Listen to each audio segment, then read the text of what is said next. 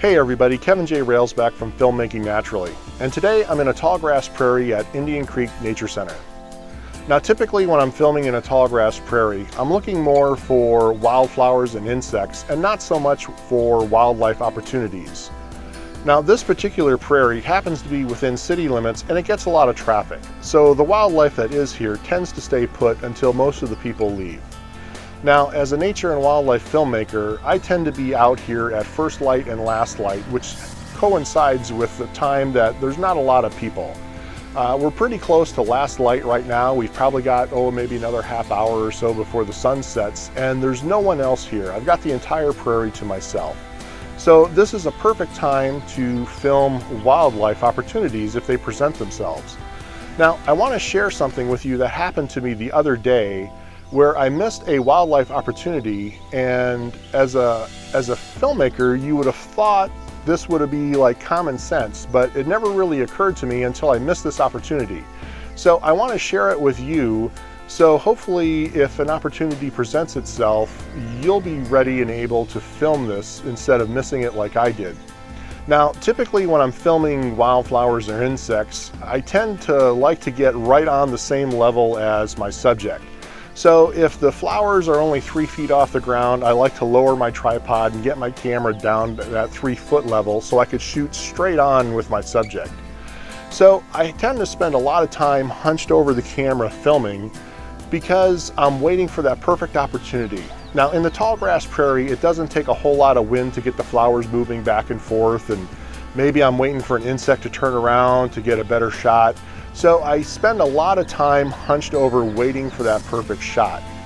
And on this particular occasion, that was no exception. So when I'm normally done, I just pick up my tripod, throw it over my shoulder, and I continue down the trail until I find another subject that I want to film. But this particular time, when I picked up the tripod, threw it over my shoulder, and started to turn, there was a white-tailed deer that was maybe 15-20 yards away from me that just happened to get up out of its daybed. And frankly, I don't know who was more scared, the deer or I. But I wasn't able to get a shot of the deer until it probably had run a quarter mile up the hill and into the woods and was ready to disappear. Just happened to stop and look back at me when I could finally get a shot. So I want to share with you a method that I use to take advantage of these unexpected wildlife opportunities. Now, I tried to come up with something really cool that went with the letters UFO, but the only thing I could come up with was unexpected fauna opportunities. And that just didn't really sound very cool. So if you can come up with something that sounds really cool that goes with the letters UFO, leave them in the comments below. Now, typically when I film in a tallgrass prairie, I have the camera down low. And when I'm done shooting, I'll pick the camera up, pop it over my shoulder, and continue on to my next subject. But what I do now is, before I pop up or make any sudden quick movements, I look around to see if there's any wildlife opportunities that are presenting themselves. And you would be surprised how many times since I've started doing this, I've been able to get some decent wildlife shots that I typically wouldn't have gotten in the past because I would have made a quick movement and put the tripod over my shoulder and I really wasn't expecting to encounter any wildlife. So this worked for me just the other day. Is I was filming some bee balm, and when I was done, instead of popping up and putting the tripod over my shoulder, is I just looked slowly to my left and to my right down the trail, and I noticed off to my right that 2 cottontail rabbits had come out of the brush and were playing with each other, running up and down the trail. Now, if I had just popped up and put the tripod over my shoulder, these rabbits would have been right back in the brush and I wouldn't have had an opportunity to film them. So by looking slowly and not making any sudden movements, I was able to turn the camera in their direction. Whenever they would turn away from the camera and run back up the trail, I would slowly turn the camera in their direction.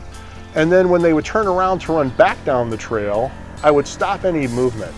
Now, they knew something wasn't right because the prairie is their home. It's almost like if I moved a brand new chair in the middle of your living room, you would know something was wrong, but you really kind of wouldn't know what was going on.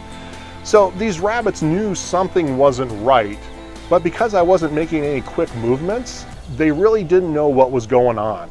And who knows, maybe because I've got this backpack on, I didn't have a typical human shape. So they knew something wasn't right, but they weren't scared enough to run off.